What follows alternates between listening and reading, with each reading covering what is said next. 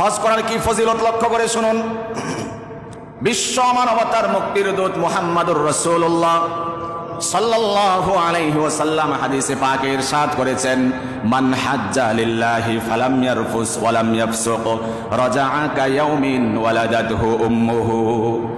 বিশ্বনবী বলেছেন, যে ব্যক্তি আল্লাহর সন্তুষ্টির উদ্দেশ্যে, একমাত্র আল্লাহর রাজি খুশির উদ্দেশ্যে হজ করল, হজ করতে গিয়ে কোন রকমের লাম ইয়ারফুস ফাহেসা কাজ করলো না, পাপাচারে লিপ্ত হলো না, ওয়ালাম ইয়াফসুক অশ্লীল কোনো কাজে জড়িয়ে গেল না, গুনার কাজ থেকে বিরত রইল, ওই ব্যক্তি যখন আল্লাহর ঘর জিয়ারত করে হজ সম্পন্ন করে যখন মাতৃভূমিতে পদার্পণ করবে, আল্লাহ রব্বুল আলামিন তাকে সদ্য প্রসূত নবজাতকের মতো নিষ্পাপ বানিয়ে দেবে।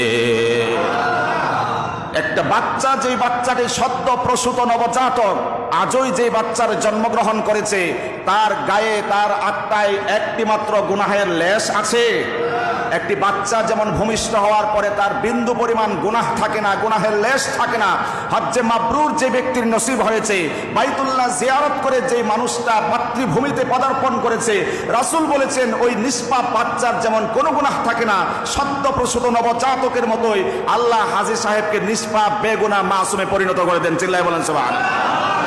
এত বড় ফজিলতের কথা বলেছেন বিশ্ব মানবতার মুক্তির দূত মুহাম্মদুর রাসূলুল্লাহ সাল্লাল্লাহু আলাইহি ওয়াসাল্লাম। তিনি আরো বলেছেন, আল হাজ্জুল মাবরুর লাইসা লাহু জাযা ইল্লাল জান্নাহ। যার হজকে আল্লাহ কবুল করেছেন, তার একমাত্র জাযা, একমাত্র পুরস্কার, একমাত্র প্রতিদান, একমাত্র সারপ্রাইজ হচ্ছে আল্লাহর জান্নাত। চিল্লায় বলেন সুবহানাল্লাহ।